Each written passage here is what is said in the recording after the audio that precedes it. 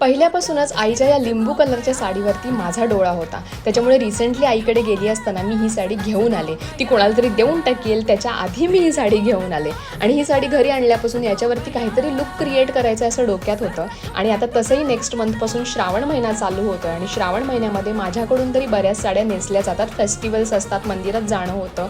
या साडीसाठी मी हेअरस्टाईलसाठी चूज केलं आहे स्लीक बन. हे एक्स्ट्राचे हेअर आहेत ते हेअर फिनिशिंग स्टिकनी मी पूर्ण सेट करून घेतलेले आहेत. मेकअप एकदम नॉर्मल ठेवलेला आहे. तुम्ही बघू शकता इकडे मेकअप मी कुठेच काही जास्त लाऊड केलेला नाही आहे. लिपस्टिक शेडसुद्धा मी लाईट ठेवली आहे.